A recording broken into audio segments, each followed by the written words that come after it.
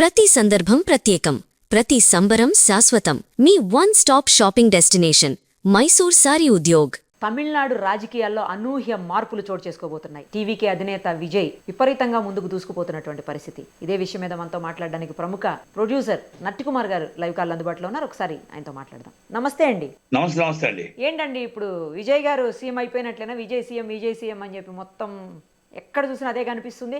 అసలు ఎవ్వరు ఊహించనంత మెజారిటీ కూడా రాబోతోంది అని అంటున్నారు. ఏంటి? నిజంగా ఇది వాస్తవనండి. ఎవరు ఊహించలేదు. ఊహకు కూడా అంటే ఎగ్జిక్యూటివ్ పోల్స్ కూడా అందలేదు. రెండోది ఏంటంటే ఎగ్జిట్ పోల్స్ కి అందలేదు. రెండోది ఆయనకు వస్తే అనుకున్నది ఏమనుకున్నట్టే 30 సీట్స్ వస్తాయేమో అని అనుకున్నాం. అవును, మళ్ళా డిఎంకే వస్తుంది అని అనుకున్నాం. అయితే ఇక్కడ మనకి విజయ్ రావటానికి విజయ్ ఇంత 103 అంటే నేను అనుకుంటున్నాను మ్యాజిక్ ఫిగర్ కొట్టేస్తాడు అనుకుంటున్నాను. 120కి వస్తాను అనుకుంటున్నాను, రీచ్ అవుతాడు అనుకుంటున్నాను. నేను 120 రీచ్ అయ్యే అవకాశాలు ఉన్నాయి. ఒకవేళ 120 రీచ్ కాకపోయినా బీజేపీ సపోర్ట్ ఇస్తుంది. అయితే సపోర్టెడ్ బీజేపీ గవర్నమెంట్ ఫామ్ చేస్తాడు, విజయ్ సీఎం అవుతాడు. ఎందుకంటే మోడీ గారు అక్కడ ఆశీస్సులు ఉంటాయి. ఏదైనా ఇండైరెక్ట్ గా మోడీ గారి ఆశీస్సులు ఉన్నాయి. అయితే ఇక్కడ ఒకటండి, డిఎంకే పాలనలో ఎక్కడ తేడా వచ్చింది అంటే కొడుకు అల్లుడు పాలనలో కొంచెం జనాలు రౌడీజం పెరిగింది అనేది కూడా టాక్ ఉంది మార్కెట్లో. దానివల్ల ఈ కొంచెం జనాలు వెక్స్ అయ్యారు. రెండోది ఏంటంటే మహిళలు యూత్ ఏదైతే ఉన్నారో వాళ్ళు చాలా సీరియస్ గా విజయ్కి సపోర్ట్ చేశారు. అంటే అర్థమవుతుంది ఇప్పుడు మనకి మొత్తం యూత్ అనేది ఇప్పుడు యూత్ సపోర్ట్ అండ్ మహిళల సపోర్ట్ ఎక్కువగా ఉంది. అయితే డిఎంకే థర్డ్ ప్లేస్ రావడం అనేది షాకింగ్. ఇప్పుడు అన్నా డిఎంకేకి లీడర్ లేడు. ఎడపాడి పళనిస్వామిని లీడర్ అనుకోవాల్సిన అవసరం లేదు. ఇక్కడ కరుణానిధి గారు, అక్కడ జయలలిత గారు ఉండేవారు. అయితే కరుణానిధి గారు వారసత్వంగా స్టాలిన్ గారు వచ్చారు. కానీ అక్కడ పళనిస్వామి గారు రావడానికి అక్కడ ఆల్రెడీ మన శశికళ గారు కానీ యాంటీ, అలాగే జయలలిత గారిని కూడా యాంటీ చేసి మన పన్నీర్సెల్వం కొట్టి ఆయన అంటే దెబ్బ కొట్టి పార్టీ తీసుకొని ముందుకు వచ్చాడు. కనుక ఆయన కూడా 69 సీట్లు 70 సీట్లు ఉన్నాయి. అంటే ఇదంతా షాకింగే. తమిళనాడులో పెద్ద షాకింగ్ ఇది.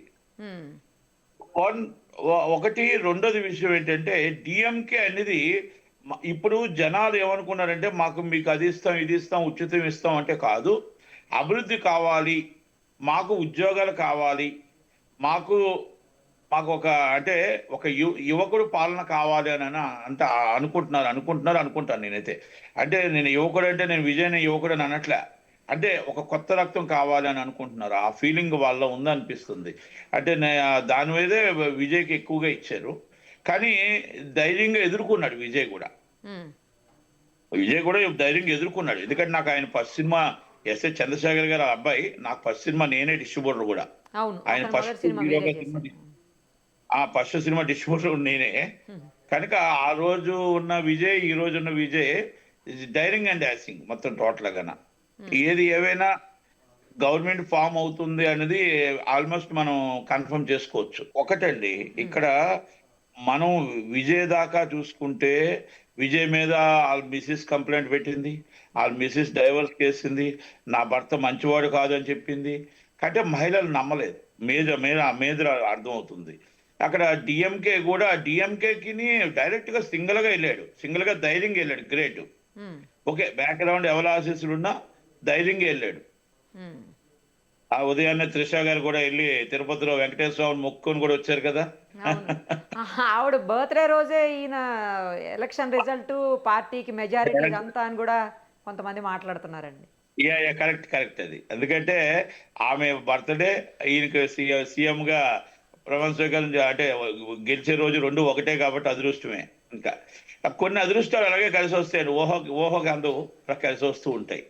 ఇప్పుడు ఏదేమైనా ఒకటండి, మనం అనుకున్నాం, మేము అనుకున్నది ఏంటంటే 18 నుంచి 30 సీట్లు వస్తాయేమో అనుకున్నాం. డిఎంకే మళ్ళా డిఎంకేకి అంటే ఈ అల్లుడిది కొడుకుది కొంచెం ఇబ్బందికరంగా అయింది, కానీ తక్కువది అయితే ఏ ప్రాబ్లము లేదు అని అనుకున్నాం. కానీ జనాలు ఒక కొత్త పార్టీకి అవకాశం ఇద్దామని అనుకున్నారు. తమిళనాడు ప్రజలు అవకాశం ఇచ్చారు అనుకుంటున్నాను నేనైతే. అదే ప్రభుత్వ వ్యతిరేకత లేకపోతే కొత్త నాయకత్వాన్ని చూడాలనుకున్నారా? నాయకత్వం చూడాలనుకుంటున్నా. ప్రభుత్వ వ్యతిరేకత అని నేను అనుకోను. ప్రభుత్వ Okay. వ్యతిరేకత అయితే కాదు, కానీ కొత్త నాయకత్వం ఇక్కడ ఒకటండి.